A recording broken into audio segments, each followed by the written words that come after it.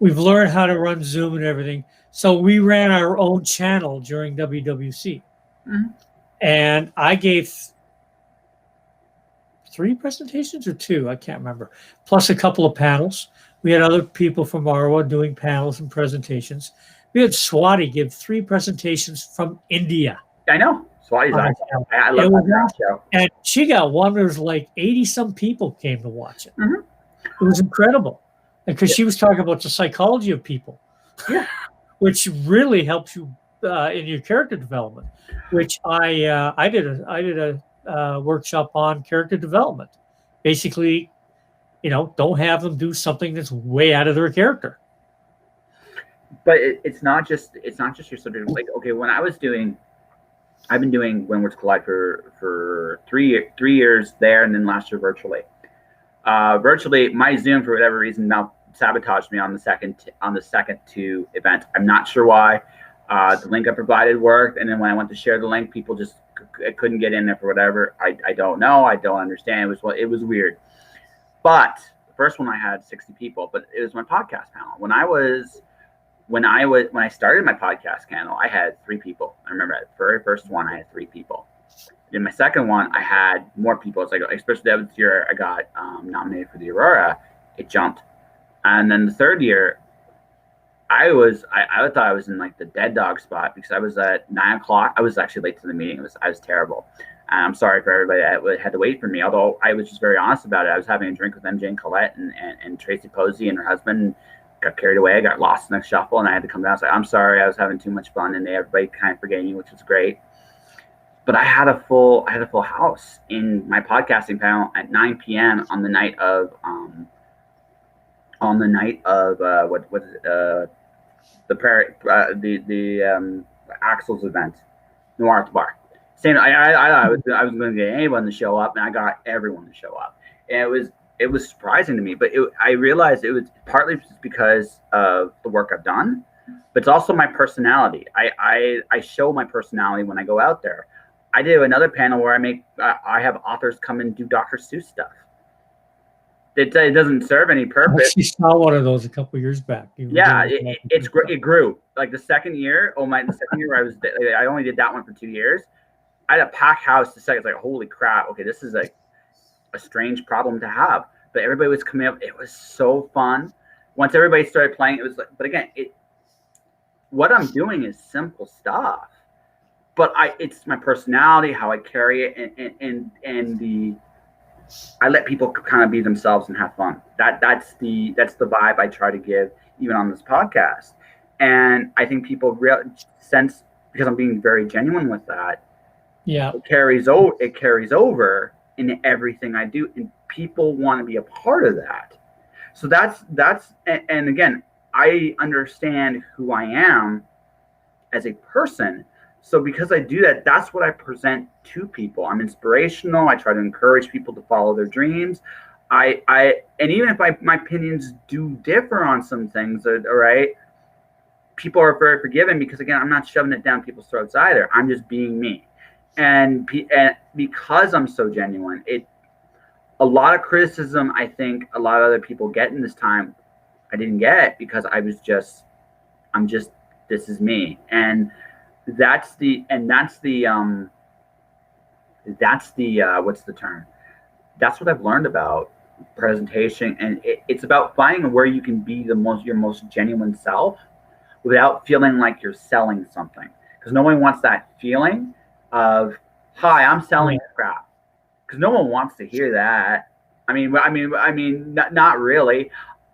I want to know you as a person. I want to get to know you. If I really like you, if I'm a fan of you, then I'll definitely buy you. I'll definitely give it a try. That's just me. That's maybe how I do it. And not all of us are that way. Yeah. My mother figured I have a little bit of Asperger's somewhere in the back here. I've enough to be weird, not enough to be a genius. Like, but I think you're selling yourself a little short there, but I basically, I get into the history and I focus on it and all that stuff. But for me to be doing what you do, without like a definite plan of some sort, You give me a PowerPoint that I'm familiar with the topic, I can talk for hours. But and I do wing it to some extent, but to wing it without a sort of a plan of some sort is where I start getting lost. And so for me, like you that but then you want to talk about genuine, that's me. Well, no, but I would go out there and I'm kind of uncomfortable with the old you don't know me, but kind of a bit of a sales approach, I suppose, in that thing. If I know you, I can come right up and talk to you, everything's fine. If I don't know you, I tend to lean back. And that's me. I don't like to feel like I'm intruding in someone's space. That's an interesting perspective. Okay. So this, when it comes to marketing, that's kind of except okay. I can I give you 2 suggestions? Just 2. Shall I write these down? Yep. Because you actually, I think, have the solution to your own problem. And I want to just present it to you like this, okay? There's nothing wrong with having a plan. I mean, the reason I can wing it, especially with interviews like this, I've done them for 20 years. I've had conversations with practically everybody. So I've talked to politicians, I've talked to journalists, scientists. I literally, have no fear of looking. And my big advantage is I'm not afraid to look stupid. And that sounds really, really, really, really silly.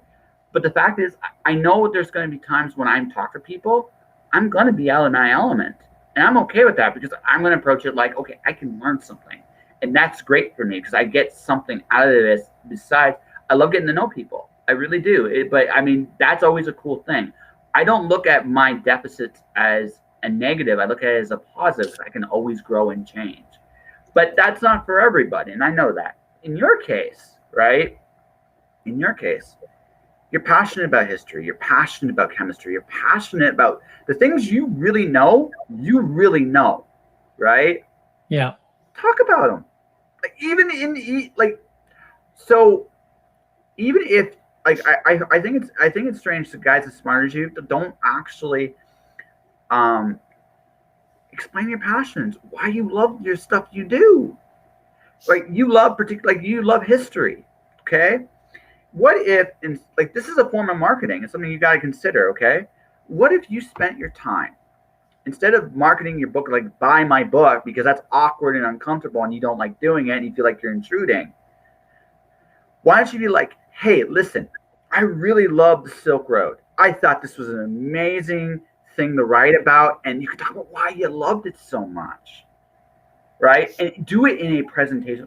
The fact that you need a presentation or a PowerPoint slide or something, that's fine. Work that in. Work that into what you do. I'm serious. No, it's just funny because last weekend I put on 3 sessions of sort of the book launch for the Tachi, and didn't have a lot of people show up, which was a little depressing. But I had 3 presentations. I had a presentation on the history of the Silk Road, which took about 20 minutes. I had a short presentation on the Templars, because the Templars are in the book.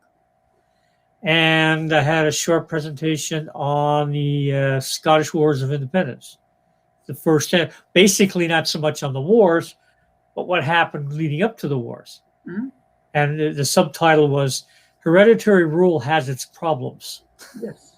Because Scotland kept losing people. They kept putting kids on the throne, and then they die off. Well, the guy gets so old he doesn't have kids till he's 50. Mm-hmm. And then when he dies, he's got a 4-year-old son on the throne. And you can't run a government like that. But this is how Edward I was able to stick his nose in the Scottish business, because they kept having these kids end up on the throne, and they were influenced by all kinds of other people.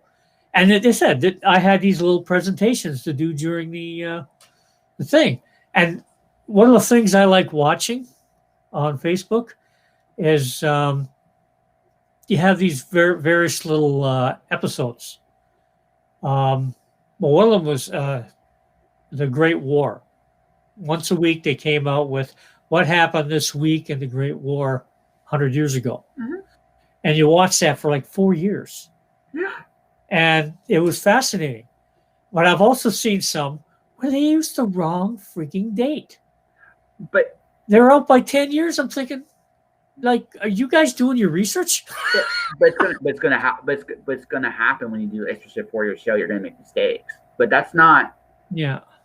what I'm trying to get across to you is this. That's the stuff you love. So why aren't you just doing that stuff on a regular basis? Like, I love interviewing people. I want to turn this into a job. So I have to go interview people on a regular basis.